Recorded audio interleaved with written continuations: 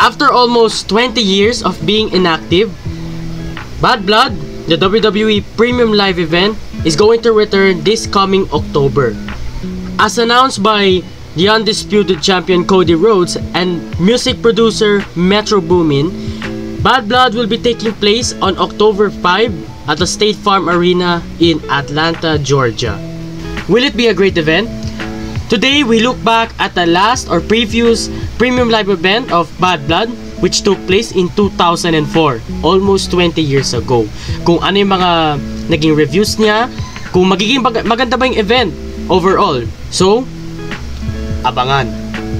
As mentioned, the last Bad Blood Premium Live event that took place, which was in 2004, was in Columbus, Ohio.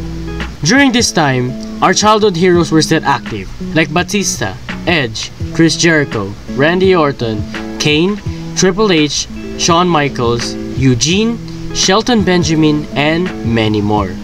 The main event of this pay-per-view or Premium Live event featured Triple H and Shawn Michaels facing off with each other in a Hell in a Cell match, the third time WWE used this kind of structure.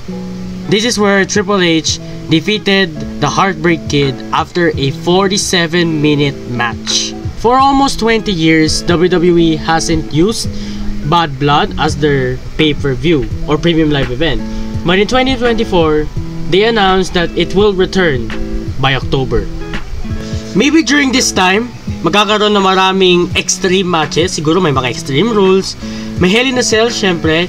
Maybe doon yung gagawing Hell in a Cell match nila CM Punk tsaka Drew McIntyre. Tas another Hell in a Cell match between Cody Rhodes and Solo Sikoa.